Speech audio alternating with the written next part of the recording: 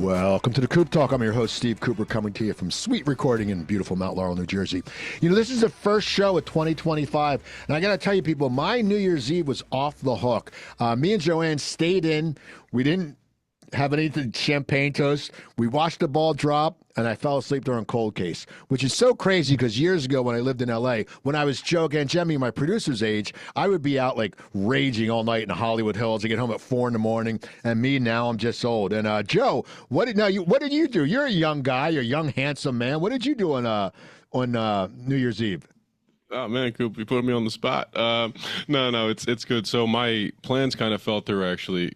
I was supposed to go to a joint birthday party / New Year's Eve celebration, but that fell through. We're actually celebrating that tonight on Friday. But on New Year's Eve, I ended up going to another friend's house, small thing, and it was great. We had the champagne, and we were celebrating and just partying, having a good time. All right. Well, we were partying over Christmas time over at Com's Speakeasy, and you're telling them about SuiteRecording. Tell me a little more about SuiteRecording. Absolutely. Thanks, Coop. So SuiteRecording is a recording studio in Mount Laurel, New Jersey, where we help brands and businesses to leverage the power of podcasts and video content. Podcasting is a great tool for generating high-impact content like video clips, blog posts, newsletters, and more. It's also a great tool for business development, too, in the way that you can use it to strengthen your network relationships with clients, prospects, and strategic partners. And at SuiteRecording, we take the hassle of content creation out of your hands because we do everything from strategy to recording, production, and all that stuff. So if you're interested in learning more, you can contact us anytime at hello@suiterecording.com or visit us on the web at suiterecording.com. That's SUITE. Take it away, Coop. All right, and I want to give a shout out to my sponsor, Laurel Lanes. You know, Laurel Lanes is the ultimate entertainment center. They have 60 lanes of bowling. They have a state-of-the-art arcade games. They have a private luxury suite. I mean, they have something for everyone. And it's great for corporate events and birthday parties or just a night out with your friends. And if you go to their on-site restaurant, Splits, where I host Cocktails with Cooper, it's a great atmosphere. And if you host a networking event there, the first one you do, they'll give 10% back to your charity. And during the week, they have a great happy hour from 4 to 7. Every month they have karaoke, they have beer pong, they have trivia. So it's just awesome. You got to check it out. And on your way out, stop by Lickety Splits. That's their ice cream parlor. They actually make these great concoctions, and they have a liquor one with alcohol, which I've had, which is a butter pecan bourbon. So go to Laurel Lanes. It's a great venue. LaurelLanesNJ.com. Anyway, we have a great show. Some people, actually, two of these people I was on a networking bus with a few weeks ago, and the other gentleman has returned. And my first guest from Prosperity Health and Wellness is Shanda Moore. How you doing, Shanda? Hi, thanks for having me. All right. And then he's coming back after about 8 months. First podcast he ever did was this a while ago from Keller Engineers of New Jersey. It's Sam Mody. How you doing, Sam? Good morning, Coop. How you doing? I'm doing great. And finally from Dogleg Golf, it's Jeff Collins. How you doing, Jeff? Hey, Coop. Thanks for having me, man. All right. So, Shanda, tell me a little more of what Prosperity Health and Wellness is. Prosperity Health and Wellness helps people live longer and feel better. I want people to feel good while they're here on Earth. That's pretty much the long and short of it. Okay. How about Sam? Why don't you tell us a little more about Keller Engineers in New Jersey and what you do for them? Sure. We are a full-service civil engineering firm, and one of the reasons why we formed this company was to improve the quality of life of others. I started the business in Camden, a place where I had worked for many, many years. And we really were focused on the inner city neighborhoods, improving their infrastructure, and really improving the property and surroundings of their community. We do land use, transportation, and structural engineering. Okay, and Jeff, tell us more about Dogleg Golf. I'm guessing it has something to do with golf since it's in the title. Yeah. But yeah, tell us about Dogleg. So Dogleg Golf, it's an indoor golf facility in Cinnaminster, New Jersey. And really, I put it together because I wanted to give easy, accessible access to golf for golfers of all levels, from someone picking up the clubs for the first time to a scratch golfer. So it's a great place to play individually. You can bring your kids, great for small parties. and even bigger private parties, birthday parties, corporate events, fundraisers, charities, things like that. So really just a great place to enjoy the wonderful game of golf, regardless of the weather. Okay, that's always good because it's going to be cold coming up, so people want to Yeah, golf. I don't mind the snow coming. Exactly. It's actually probably good for business.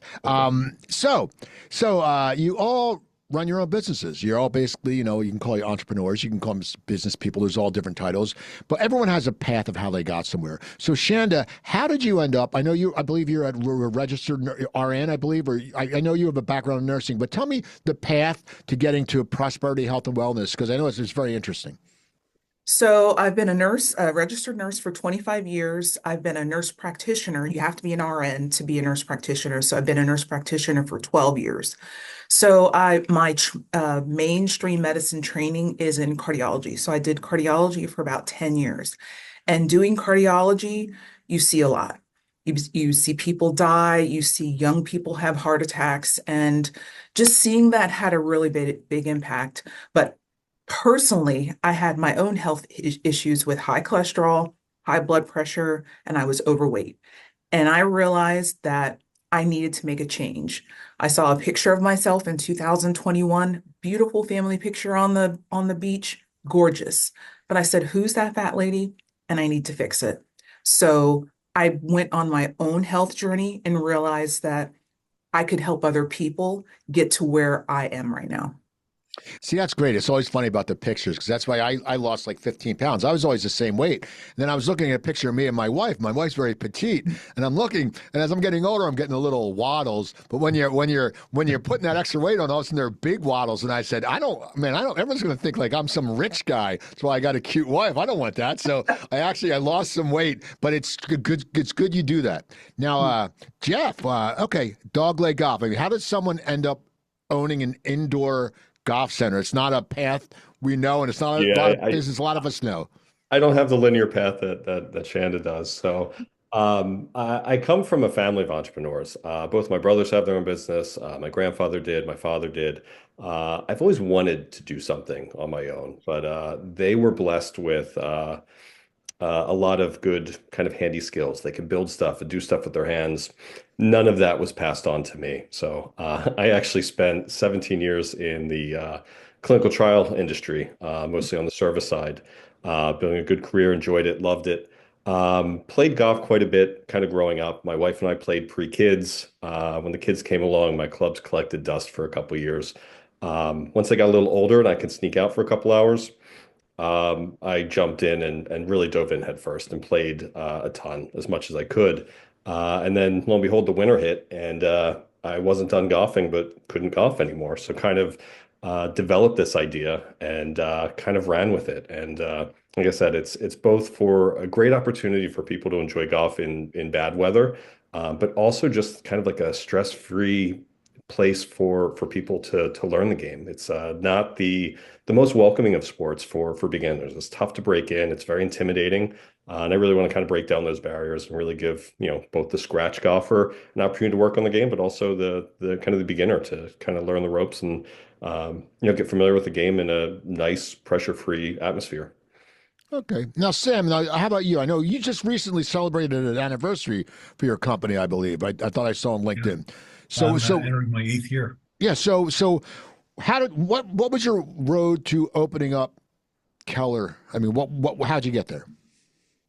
Well, it's kind of a unique road.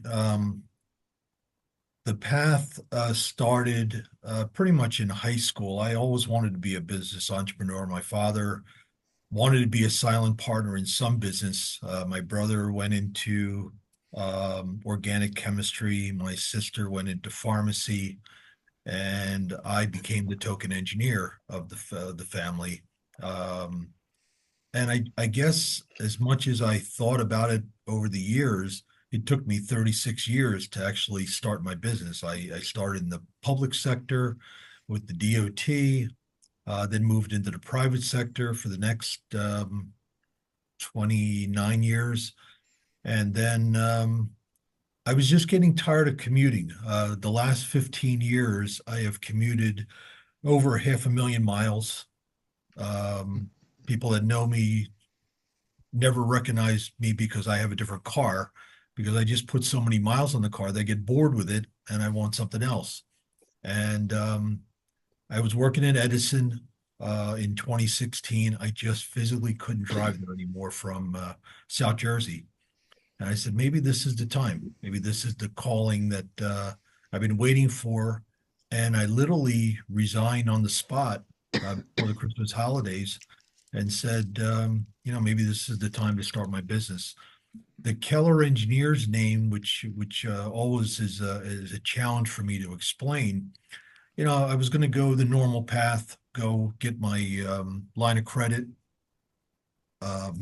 get some shared services with folks in the network, and then start my business as a single practitioner. Name would be my name, and that would be the brand that people knew. But the folks at Keller Engineers, who are based in Western PA, out by State College, they offered me the opportunity to be the bank.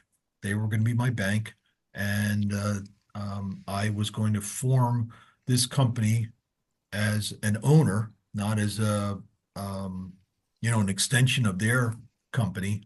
And that's kind of the path I took. I weighed the pros and cons as far as being in debt, and this seemed to be a more attractive path for me.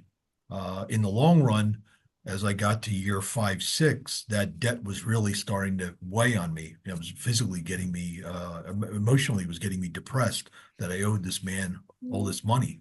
And in 2023, early first quarter of 23, I paid him off. It's like $800,000 worth of debt.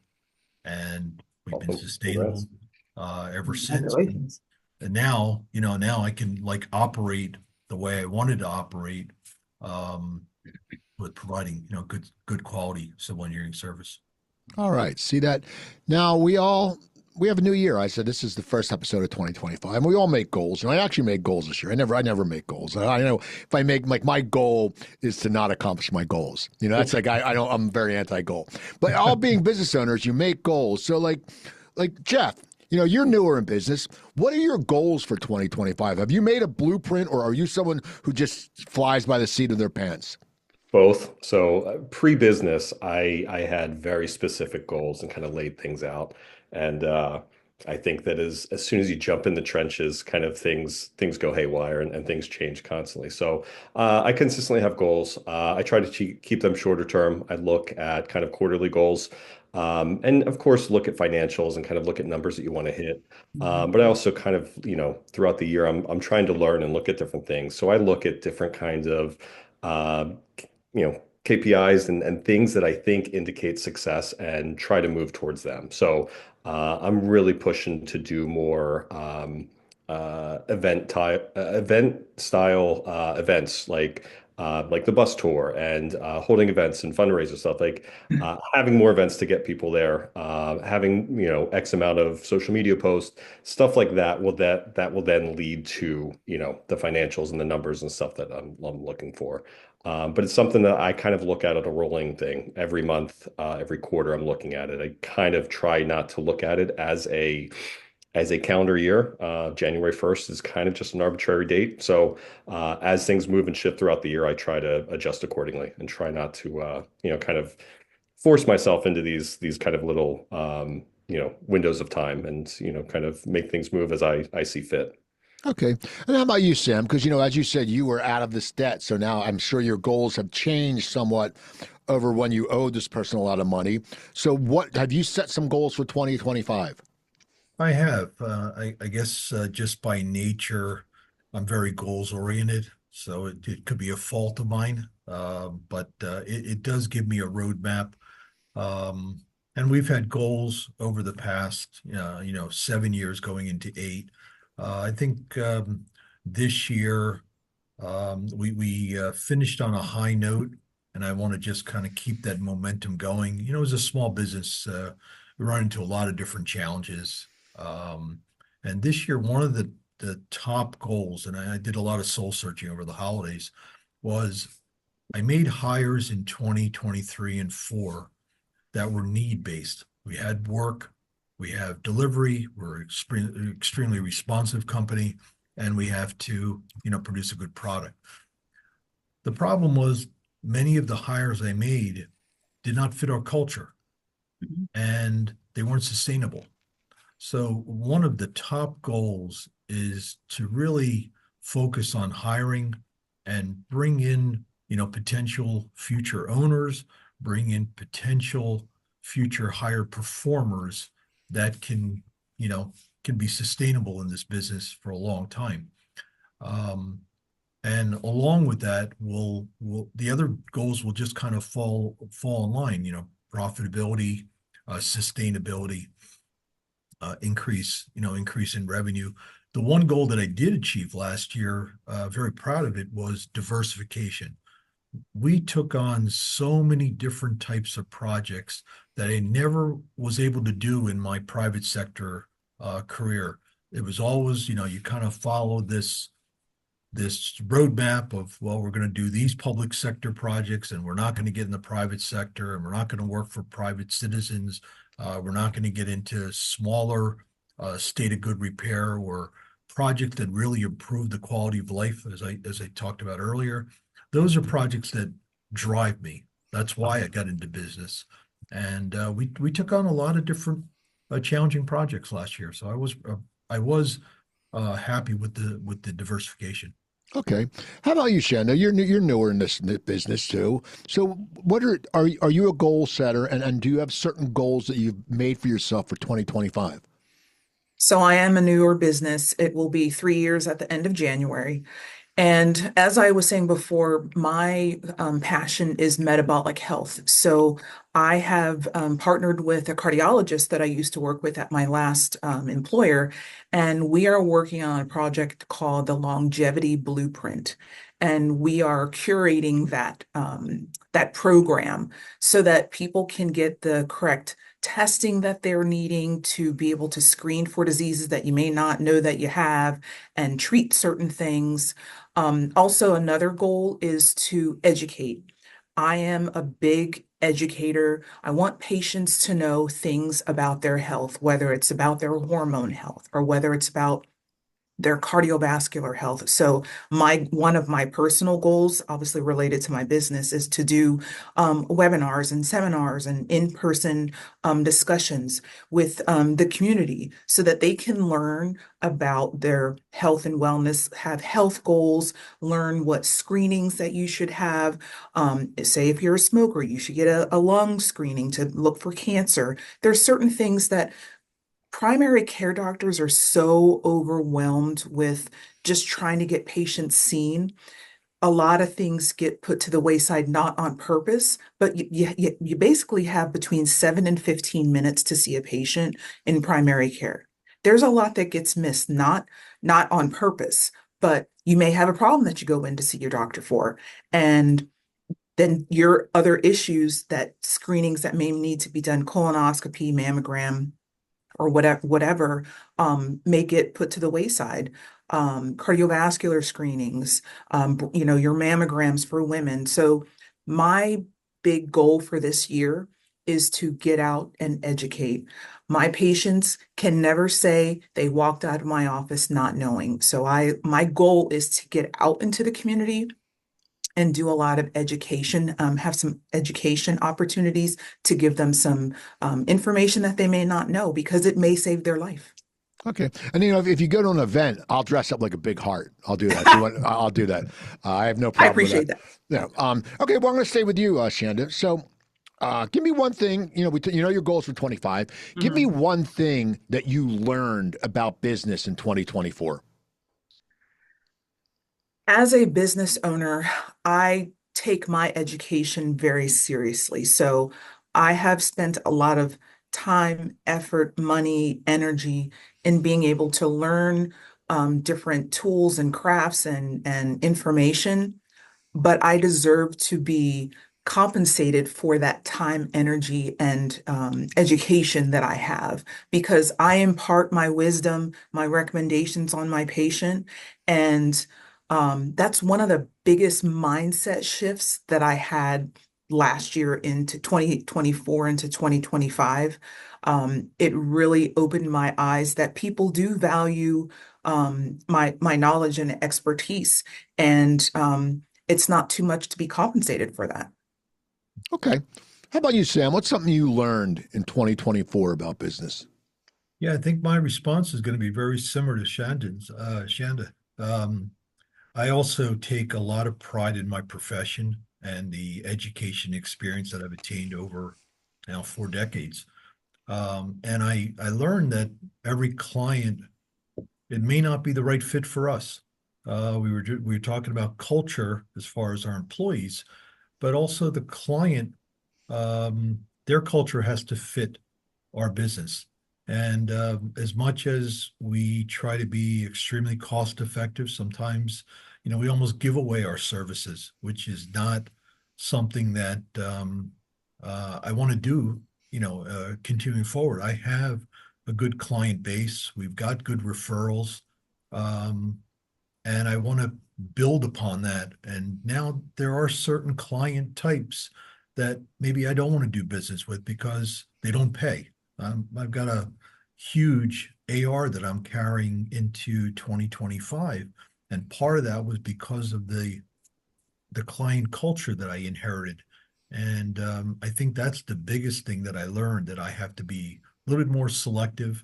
Going to 8 years now, I have to build a client base that's more around the brand that we've created here in the industry. We want to give back. We want good employees. We want to train them the right way. Another one of my mission statements was to train the young professionals the right way. That's the legacy I want to leave, when I leave this profession. But I take my business very seriously. And you've seen me, Coop, and in public. I'm not the biggest networker. I'm really more about honesty and open. And if somebody wants to talk to me about, the business and how we can kind of collaborate and help each other, that's what I'm all about. Okay. How about you, Jeff? Since you're newer, so what did you learn in 2024 about business? Yeah, I think there are three things, and I think these three actually, I was aware of from my pre-Dogleg years, but really solidified those things kind of as my first year in business. One is, for the most part, most projects and things, they're going to take longer and be more expensive than originally anticipated. And I opened at the end of February last year, so a portion of this year was the build out and getting the doors open. Two is around decision making. I think that it's one thing I've really learned as being a small business owner is the importance of decision making. And really, it's not necessarily like being hyper focused on getting the decision correct. It's just making a decision. A lot of times when tasked with a decision, you're kind of stuck, and it's easier to do nothing. And usually, nothing is the worst thing to do. So I've really learned to, look at things, analyze it, do the best I can, and then make a decision and execute. Which leads to the third thing is don't be scared of failure. Learn from it, grow from it, learn how to adapt and adjust from it. It's going to be a part of the process, and you need to learn to embrace it. So I think kind of those things combined are the biggest takeaways from this year, and kind of what I really look forward to kind of really leveraging and using getting this next year to be even more successful than I was in year one. Okay. So you all seem happy at your jobs, and that's great. You're all working, you're striving, and we live. I always say we live in and I'm guilty of it. We live in a the life, not the time. I can't think of the exact word. We live in everyone's using hashtags. Okay, hashtags. You see hashtags. The big hashtag is love my job. And I was saying the guy could be shoveling shit. He's like, I love my job. I'm like, really? You love your job? And maybe he does. Maybe he's the best shit shoveler around, and he should be proud of that because everyone, stood. But a lot of times people do love their job.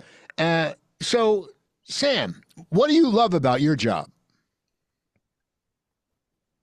I think the biggest thing that I truly enjoy is mentoring and training. We have a relatively young office here, and one of the decisions we made post-pandemic was we can all work remote. I did that for a number of months. They wanted to be here. They wanted to be live. They wanted the interface. In an engineering company, it's very common for you to meet at a large conference table and collaborate on a project or a problem. And what Jeff what Jeff mentioned is head on. We have to make decisions real time. We have projects that are in construction, contractor calls and said, look, I have this situation. I need your expertise. I can't get back to him in 2 weeks. I need to get back to him in less than 2 hours because the construction continues or there's a claim going to be filed against the owner. So I really enjoy the teaching part, but what the teaching did was it prevented me from getting outside and growing the business. Mhm. And I'm not the biggest networker. I'm not the most comfortable at networking. So I migrate to what my strength is technical attributes and teaching and doing quality work. So I ended up managing more projects than I thought I would last year. And I forgot how much I enjoyed it. I enjoy rolling up my sleeves and solving problems. That's my DNA. That's the life of an engineer. So that's probably what I enjoy the most is just the collaboration with young professionals and seasoned professionals, and just solving a problem, getting to a common ground for a client. Okay. How about you, Jeff? What do you love about your job? So one of the things I love most about golf is the social aspect of it. I have a set foursome. Me and my buddies go out golfing every once in a while, like, as much as possible, but get to hang out with them for 4 hours. Me and my dad still golf together. Again, just quality time to sit there and kind of enjoy each other's company. I love seeing that in, my clients. I love seeing a father-son come in and enjoy playing around. I love seeing, four buddies come in with a couple six packs and kind of laugh and, shoot the shit while playing around. Being around that is just phenomenal. And then also it's just great. If stuff slows down, I can play Pebble Beach or, one of the other great courses on there. So, yeah, a much different atmosphere than what I'm used to from my pre-Dogleg years. Okay. How about you, Shanda? What do you love about your job? So I like the education aspect of giving my patients education on their health. But the biggest thing that I really, really love is making people feel good. I have my patients come in, they're like, I'm tired, I don't sleep, I have no sex drive, I have to drag myself out of bed. I feel like I have a 50-pound, ball on my leg when I'm walking around, and my brain is in a fog and I can't remember shit. So when we look at the root cause of things, when we find the root cause of things, doing labs and, really digging deep into symptoms and finding the solution to helping them feel better. I had one patient, she said, you know how you have a work husband or a work wife, and this is a female patient. She said, you have a patient husband. She said, my husband loves you like he loves me because you got me back. You brought me back to him. That made my heart feel so full. And I'm sure that, she's enjoying herself as well. But that one thing is making people feel better has been immeasurable, to be very, very honest. And honestly, I didn't foreshadow that. Just getting people healthy and feeling good and losing weight, but getting their life back, like literally getting their sex life back. That has been um a big bonus that I never even guessed. Okay. Well, we're going to stay with you. What do you dislike about your job? The paperwork. I hate paperwork. I hate it. I hate it. Um, looking at your numbers, looking at your logistics, your processes. I just want to see patients. I just want to make them feel better. I just want to do that. But I'm a solopreneur and I don't have the luxury of delegating that to someone else. I mean, I have an accountant, I have a social media, manager and things like that, but they're not part of my processes and things like that. So, I really hate the paperwork. So I'm getting better. I'm getting better. Okay. How about you, Jeff? What do you dislike about your job? I think it's similar, what Shanda was just kind of talking about. It's just me. I have two part-time employees. So I'm, from soup to nuts, kind of do everything. And you mentioned before, having your own business and everyone thinks it's so great, and it is. It's amazing. But I think it's equal parts amazing and horrifying. Every decision, every month when rent's due, in the private sector, you have, your paycheck's going to hit the 15th and 30th of every month. We're here. Everything you do kind of work towards that. And that kind of added pressure just adds some craziness, some anxiety. So it's part of it. And like I said, with the good comes the bad, but I think that's the part of it. Really just kind of being out there on an island and really having to make every call, make every decision, and your livelihood relying on that. It can be tough. Okay, how about you, Sam? What do you dislike about your job at Keller? Yeah, I feel sometimes an undue amount of pressure because everything kind of revolves around me. My staff won't get paid unless I process payroll. I think the HR and payroll aspects of my job sometimes are very draining. Every Sunday, I'm sitting there, whether it's football, baseball, basketball season, doing payroll. And it takes me away from my family. I think the one item that I really, really dislike is collections.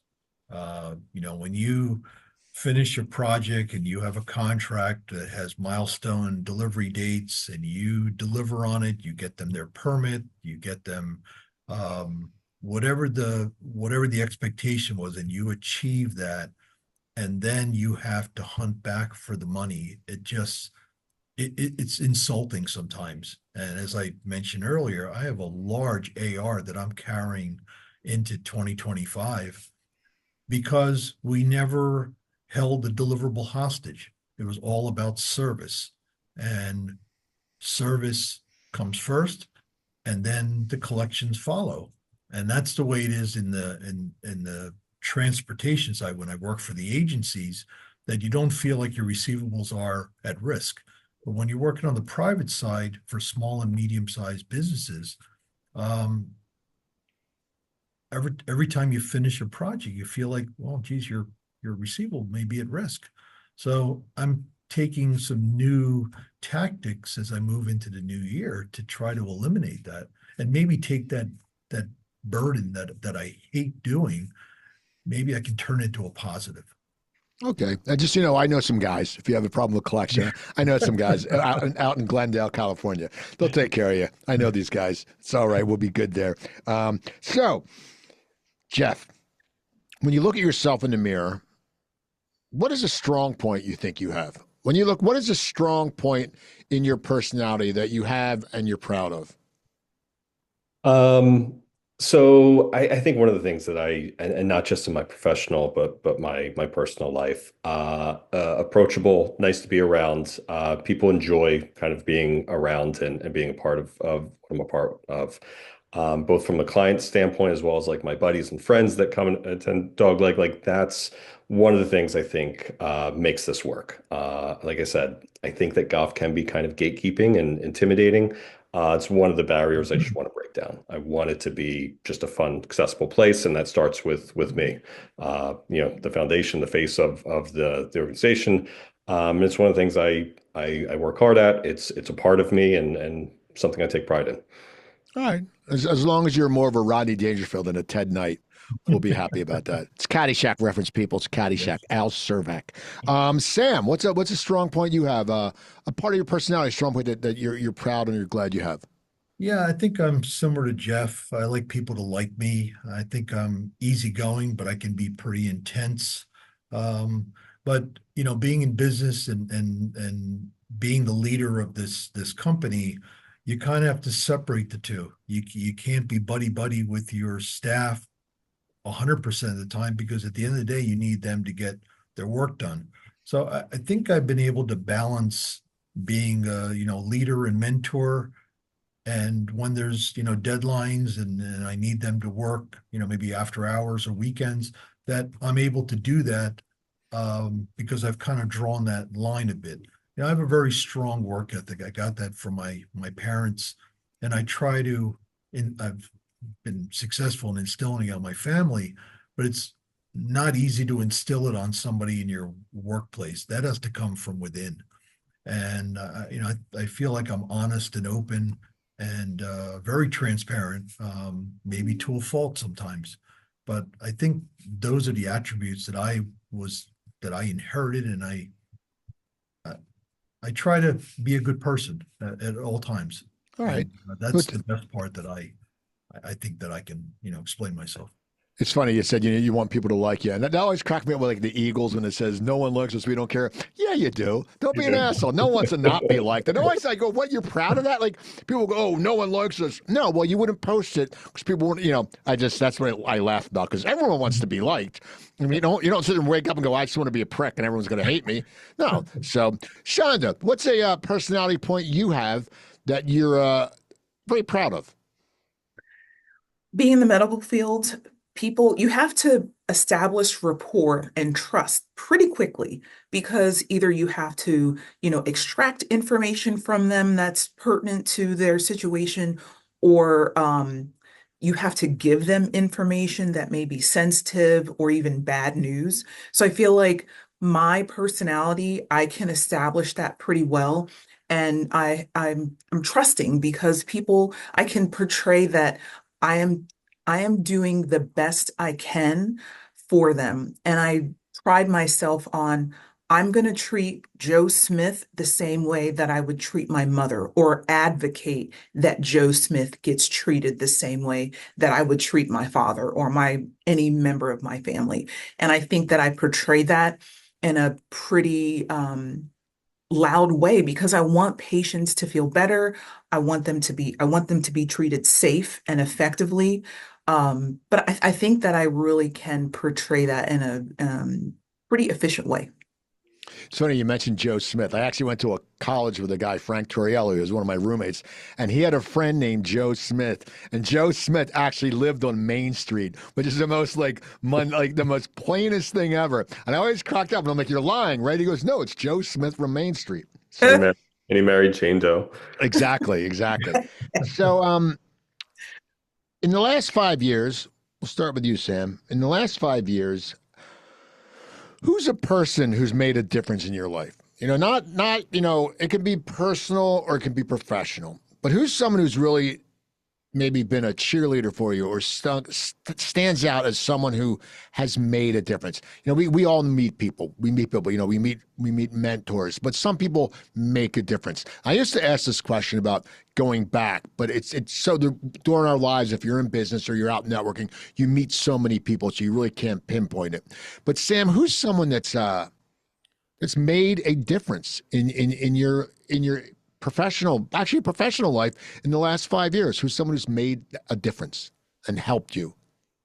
Well, I guess when I first went into business, I'd been reading a lot of books on starting a business as an entrepreneur. And there were a number of very, very successful business owners, the Lee Iacocca's and the Warren Buffett's of the world. And I read their stories, their autobiographies. But I don't know if I had any one person that I looked up to that, yeah, this is the business I wanted to create. I tried to take all the experiences I had over the years and create what I would call a successful and legacy-driven business. So again, I started very late in my career. My parents had a big influence on me on how to be a good person and how to be honest and open in whatever I did. There were mentors along the way from a technical side. But now what I've been doing, and I don't know if I'm answering your question, Steve, but I'm looking at the more successful networkers because they seem to bring more people around them. And I want to be a better networker. So somebody like yourself, you are a mentor of mine from a networking standpoint. I'm not good at social media. I kind of gravitate away from it most of the time, unless it's something personal that I want to post, or somebody says, you came back from so-and-so, let me see some photographs, so I post them. But I'm not a very good networker at all, but I want to be a better one. And I want to get more involved in the social aspects, so I can have a little bit of an outlet for my job than just being here, 24/7 doing technical work. So I don't know if I have somebody that like changed my life, because it was something that was impeding me. I changed it because I didn't want to travel to New Jersey anymore.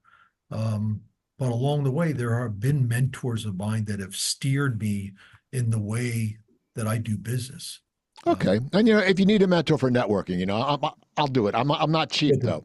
We talked about getting what your price is. Getting your rate. So I'm not cheap, but I'll help you out. I'll put you under my wing. I appreciate that. Shanda, someone in the last 5 years who has helped you out in business, or someone that's made a difference. In business, I'm kind of like Sam. I don't think I have one single person that has, been the shining star of how to conduct business, how to strategize your business. But I have two physician mentors who helped me learn different pieces of medicine that I didn't know that I was going to love. And then I have a physician mentor who is helping me craft my business how I want. And then I have a networking mentor. I don't know if you guys know Kelly, but she is the one who did that, the bus crawl, the business networking bus crawl. That was phenomenal. That was one of the funnest of events that I have done. I met her the day after my last day of my W-2 job. I went to a women's networking event for the Burlington County Chamber of Commerce. It was a women's breakfast.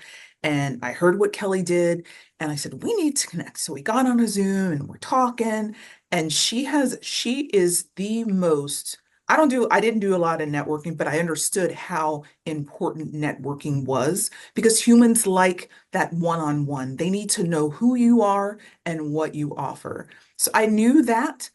But the way that Kelly Warnersbach executes her networking events is next to none that I've seen. I don't have a whole lot of experience, but I've known her for almost a year, and it has really, really changed my aspect. I've had some great nights. Now, networking can be work, but I'm going to tell you, there was some nights that it was no work at all because we had so much fun. So I'll just say that. Well, that's funny, Kelly. I co-sponsored a Cocktails with Cooper with her, and she made Cooper cookies, and I saw my face on a cookie, and it was cool. I was like, "Oh, this is cool." But no, Kelly is great. Sometimes I'll stop by her store like a Saturday afternoon. She always has beer in the fridge, so I'm like, screw it. I'll have a few date pops, and because she lives, shop is right around the corner. She's great. She's great. She's been on the show twice actually.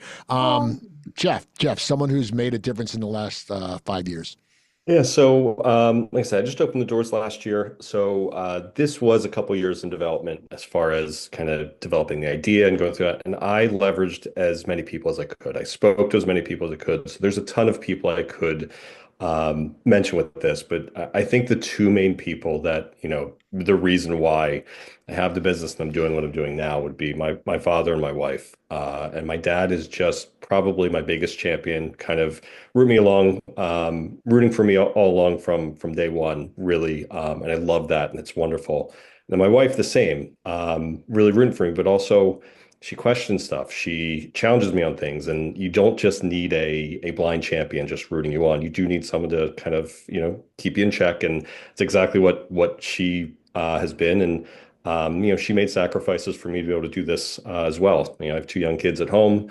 So the first year, her helping out with that, really could not be here without the support of both of them, and really kind of owe everything to both of them. Okay, so this next question's a two-parter. We have a two-part question, and your answer could be the same. I always say this is my opinion; they're different, but some people think they're the same. And the things I want to know about is to you at this point in your life, not years ago, not when you first started your business, but right now, what is success and what is happiness? Now, like I said, some people think they're the same, but I know people who are very successful who are miserable. Okay. I know people who are very happy who aren't successful, except the guy who shovels shit that's really good at it. He's happy and successful when it comes to shoveling shit. But on that premise, and it can be the same. As I said, sometimes people act. But to you, and we'll start with you, Shanda, what is success? What is happiness? Success would be to me having some really big financial freedom. Being able to donate and travel and, give to charities and be super generous with my staff. And those are things that I can measure success. But in this first year that I have been a full-time business owner, I have had happiness. I have traveled so much this last year in 2024. I could have never done that with my corporate W-2 job. You damn near have to, cut off your pinky toe and your forefinger to be able to get a day off at the last minute. We've gone to Florida with a week's notice. We've gone, I've been to Mexico twice this last year. There's so many things that I had true happiness that I was able to have the flexibility to do what I want when I wanted, of course, within means. That to me was the true happiness. Now, having both together, that would be the pentultimate. Okay. How about you, Jeff? Yeah, so I think that 5 years ago, 10 years ago, success and happiness, I look as a Venn diagram where 5, 10 years ago, I don't think they overlapped much. Right now, where I'm in life, I think there's a ton of overlap. Of course, with success, you look at financials and you want to be financially sound. But really, what I'm looking for more is, I think success is how much happiness you have. And with that, bills need to be paid, need to have a roof over the head, food on the table. But really, some of the things I missed out at, being an executive in the clinical space for several years, I didn't get to all my kids' practices and games. I didn't get to their concerts where it's one thing that even though this year was crazy and I did work a ton, I was able to do all those things. And that's the piece that I really look for both success and happiness. I want to make sure we're comfortable. We don't need the third, fourth, fifth house and, beach houses everywhere. Want to be able to take vacation, have a nice life, but really being able to spend time with the family, enjoy, be happy, while still, having a successful business is what I'm looking for. Okay. How about you, Sam? Success and happiness. Different, the same? What do they both mean to you? Yeah, I think at this point in my career, I think they're interchangeable. Success for me on the business side is leaving that legacy. Whenever, I decide I'm going to, step back from the engineering profession, I want to make sure that this business is sustainable, that I put all the pieces in place. I've hired the right people that can take this business to the next level. While I'm still, the CEO president, I want to still continue to give back to the community. I'd like to do more in way of sponsorships to some of the organizations like the chamber, like my engineering professions, where the sponsorship is a big financial nut, and I want to do more of that. And I see firms that have graduated that 10 to 20 year mark, they're doing a lot more of that than where I am. So I need more volume. I need more revenue to get to those levels. The work-life balance was one of the reasons why I went into business, thinking that once I put a team in place, I'd be able to take more off-the-grid vacations, which I haven't had one since 1996. And next year or this year coming up, I have a lot of travel on the horizon. across the globe. And I would like to, for a period of time, just not open up the laptop and not look at the phone. But because of my nature, I'm going to be responsive. And if I see something come through and it has been addressed by the office staff, I have to step in. That would be the ultimate happiness, to actually have an off the grid time away from the office and truly recharge the batteries. Because there's a reason why I'm taking the time off. You go, full bore, and you just need a little bit of time to yourself. So I think that the success in the business world will really lead to overall happiness for me. I have a lot of good things going. I have a grandson. My daughter's getting married in a couple of months, and my wife is retiring next week. So there's All a right. lot of change in my life. We have your goal for the year. Yeah. There you go. on vacation. Exactly. So- Well, I got to tell you, Sam, if you're traveling a lot, if you get to Dubrovnik, which is a great place to go, you got to get the cuttlefish in ink squid risotto. It's their popular dish there, and it's really good. I ate it twice when I was there. So Can I go back to one of the things you asked about people who are influential? I would be remiss without mentioning my husband, because he puts up with my shenanigans. Hmm. I'm a little crazy. I'm very off the cuff. I'm like, let's do it. And he's the only one can be like, Shanda, how about we sit down and think about this? So kind of like Jeff, his wife, my husband has been my rock as far as, helping me make decisions. So I would have been totally remiss without mentioning it. I just wanted to add that. all right. That's good. That's good. And that's good. We'll edit that out, right, Joe? We'll edit it out. So we'll tell her husband to watch it, and he'll go, "What the fuck?" So we all network. Sam, you want to get better at networking. We'll talk about networking in a few minutes, but a lot of business comes from networking. So, Sam, for you to refer somebody, what qualities do they have to have? For you to sit there, because I always say you put your ass on the line for someone, and if they don't show up, the person you talk to gets mad at you, not the person that didn't show up. So, what's a quality, one or two qualities of someone has to have for you to refer them? Yeah, so I'm not going to put the referral at such a high standard where I can't refer anybody to a business. I do a good amount of research and vetting to make sure that the business that I'm going to refer to is responsive, and they have a good track record of delivery. Again, kind of the staples of my business. The personalized service is really a key indicator. Like, if I refer somebody to a business and they haven't gotten back to the person in 2 weeks, that's just unacceptable. That's not somebody that I would want to support. Follow-up is important. So say I refer somebody into the IT field, for example, within a couple of weeks, I'm going to check up, like, did they get back to you? Did you guys get to a contract? And are you guys working in a collaborative fashion?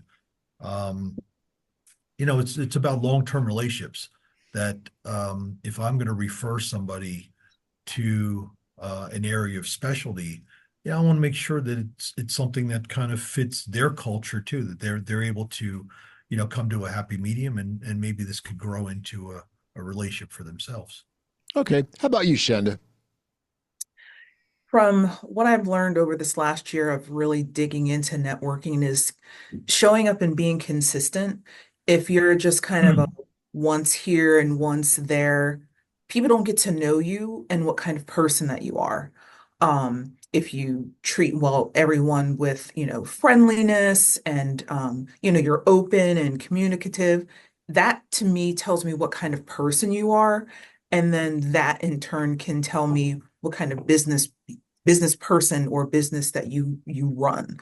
So if you're a consistent showing up, and you're saying, hey, how you doing? And you care about how I'm doing that day, and you're caring about other people, I feel like that would be a good person to refer for business. Okay. How about you, Jeff? Yeah, I kind of like how Sam put it. It's tough. Like you want to fully vet it. You ideally would have preferred to have, worked with the person that you're going to refer, but that's not always realistic. And the other part is I want to help like both parties. I want to help, the person that I'm referring as well as the referral. Like I want to help both of them. So I really do my best. And Shan, I think that's a good point too. Like, and I know from this networking, nope, I've never worked with, Susie or whoever, but they're a really good person. They're really nice. I have confidence that they're going to do a good job. So you kind of look at that and try to mix the objective and subjective qualities of what that might look like. But also I keep an eye on it too. Like, if I make referral and follow-up's not done or they don't follow through, it is something I keep in my little mental Rolodex and, another referral might not come that way. So it's a delicate issue, but I know how much it means on both sides. So I take it very seriously and try to do the best I can to, give and provide quality referrals when I can.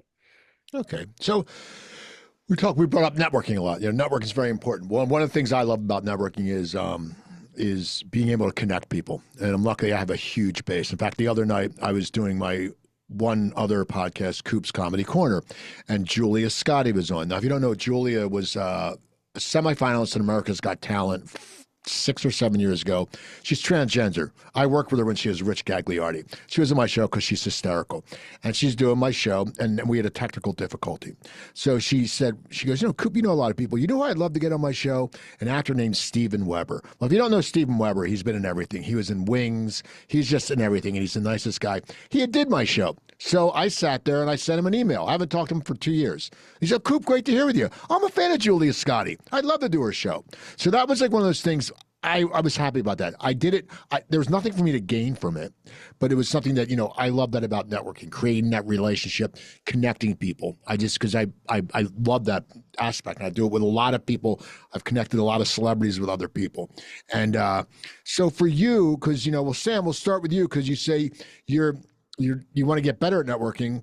What do you like about networking if it's something that you want to get better at?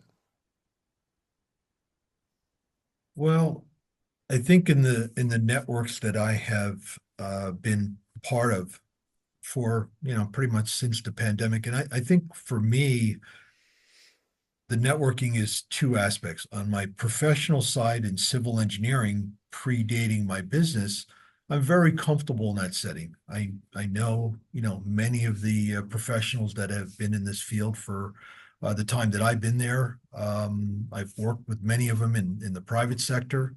Um, and that circle I'm very comfortable in. I can go into a room and not feel like I'm intimidated by anybody. Pandemic hits and I get involved in these type of podcasts or networks on Zoom, and I'm on with folks I've never been in contact with, and they're not in my business line. They're in more what I call merchant services. And as Shanda put it earlier, it's important to listen. It's important to learn about their business that maybe at some point you may be able to help them. And one of the areas that I feel like I have added some value is in one of the networks. They made me an ambassador, and they made me an ambassador because they saw the way I worked the room, and I was trying to help everybody. Anybody that came to me and wanted to have a conversation, let me learn about your business. I know a lot of people, but I never really used that part of my circle for referrals. And not looking for anything in return, I just tried to help people connect the dots on a much smaller level than you do, Coop. In turn, I would like some of that back to me. And maybe that's part of what I have to work on as a networker. I don't look for that going into an event. I come to I come to Splits Lanes.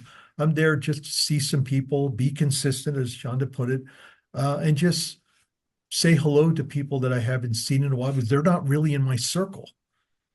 And hopefully in time they see my honesty and that I'm really trying to grow my business. Maybe they can make a phone call or connect me with somebody that may help me out in the long. Okay. How about you, Shanda? What do you like about networking? It's funny though, real quick. It's funny that when you meet people and you think they're really nice, and then like two events later, they make some stupid comment Yeah. or they're just some total prick, and you're like, I can't believe I was going to help this person. Mhm. That's happened to me a few times, and I go, what? I'm like, I want to hit myself in the head. I've told the story before. I was out with my friend Rick Miller, who's the mayor of Berlin Borough, and we were at this event, and this dude just drops this anti-Semitic comment in front of us, and when he left, we looked at each other like, wait, like it was so like, did he just say that? And I liked this guy at first, and I was like, this guy will never be invited on my show. He'll never be invited to any of my events. But it's amazing how sometimes you try to help people out, and then you find out they're total street urchins. So, Shanda, what do you like about networking? Because you're getting out there a lot. What do you like about networking? I think it's fun. Like Sam said, I go out there with a genuine intent to meet people because if you go out there for yourself, people sense that. Yeah. People sense that you're like trying to sell each person they shake their hand with their business. That is not what networking is. Networking is, yes, the end result is to, generate business, get connections and things like that. But the camaraderie that we've developed, that I've garnered in the circle that I'm in, and the support and the respect has been amazing. But the best thing that I like is I have a networking friend from Just Referrals, Roger Butler. He knew nothing about what I needed, what my thoughts were for 2025, and he sends me does a email introduction to a young man who is a videographer who wants to start doing wellness commercials. And we had a couple of conversations, and this was at almost the top of my list. And Roger had no clue. So you never know what referral is going to do for someone's business, either referral for business or a referral to help the business. So going in there genuine with no real intent for yourself, just to meet people and get connections, and like I can't remember who said, but learn the business and see what they're really about, put it in your mental Rolodex, and then keep it moving. Then you're like, oh yeah, this person could use this. Or that's what I love, is being genuine, receiving the information to be able to help someone, and you never know when it's going to actually have a huge impact. Okay. How about you, Jeff? Yeah. Like I don't have much to add. I think you guys kind of nailed it. And I think one of the things we talked about, we want to be liked, and I'm a people pleaser. So part of networking, one of the things I do like to do is see and piece together those connections. Like, no, this doesn't benefit me, but these two people would benefit from connecting, and to make that introduction means a lot. And then, like you said, sometimes it comes back around me. Sometimes you get that random, hey, Jeff, was just thinking about you. I think you should meet up with X, Y, or Z. And they make the introduction. It works well. So I love that aspect of it. And the other part, Shandy kind of mentioned, it's fun. You meet a lot of great people, have a lot of great friends through these networking events. Yes, ultimately the goal is to promote and develop my business, but really a lot of the friendships and stuff that come from it and the enjoyment I get from those is just as beneficial as the business can be. So yeah, so it's a constant part of what I do throughout the year, and I really enjoy it. Yes, it can be taxing, but it's really a great part of what we do. I also like the food. Kelly always has good dips. She always like these dips. I feel like Martin Short on Only Murders in the Building. Like, I want dips. I want dips. So we are running out of time. So I have one final question for you all. And we talked about mentoring. We talked about helping people out. And we'll start with you, Shanda. If someone comes up to you and wants advice on how to get into business or just life business, or what does it take to succeed? Give me a sentence, like a tagline that you would tell them. Like, what is something they need to do to succeed, whether it be networking, business, or life? Level up, be organized, and don't give up. Okay. How about you, Sam? I think the one word that comes to mind is passion. You have to have that internal passion. You shouldn't be afraid to fail. I think Jeff mentioned that earlier. Um, and just be driven. Just keep the course. Passion. There's a great song by Graham Parker called "Passion Is No Ordinary Word." And Jeff, how about you? So I was glad you came to me last. I thought that would give me time to come up with something very provocative, but I didn't.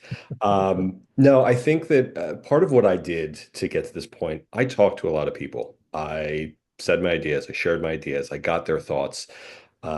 With most things, information is key. Gather and get as much information as possible. Talk to as many people, get as many angles as you can to see what's good, right, bad. It needs to be different. And don't be scared of failure. Like take the step and do it. Like I said, you can always pivot. You can always take another step, another direction. So I think that talk to as many people, get as much information, and don't be scared of failure.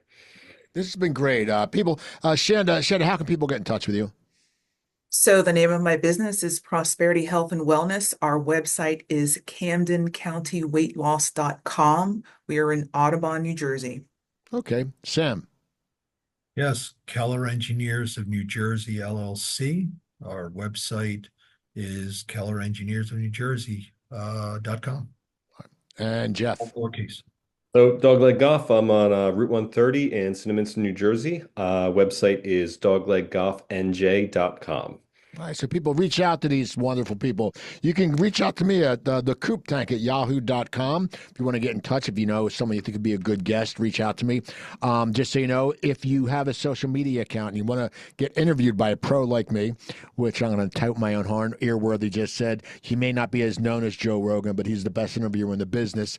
I will interview you. I'll work with Joe Gangemi. You'll come into the studio. We'll do a great tape. Well, not a tape. It's a video because Joe does a great job. That's why I work with him. So you reach me out for that. Also, if you're afraid to public speak, Coop's comedy class, I'll teach you how to do comedy and to get you over your public speaking. It's a 4-week work course, 4-week workshop where you'll come on, we'll talk about it, and then you'll end up getting in front of your friends and family. Also, check out my other podcast, Cooper Talk at coopertalk.net, Coop's Comedy Corner on YouTube. Go to YouTube also and look up all my past shows of the Coop Tank. We have some really great guests and there's great insight. And on Saturday, January 25th, I'll be doing comedy at the VFW in Medford. Reach out to me for tickets. And the 29th, I'll be hosting Cork's Comedy and Connections at Soundplex over there in Pennsauken. So check it out. Also, if you have a podcast or any kind of streaming needs, reach out to Joe. Joe Gangemi, you can reach him out at hello@SuiteRecording.com. I want to thank you for watching or listening, and please don't be a stranger.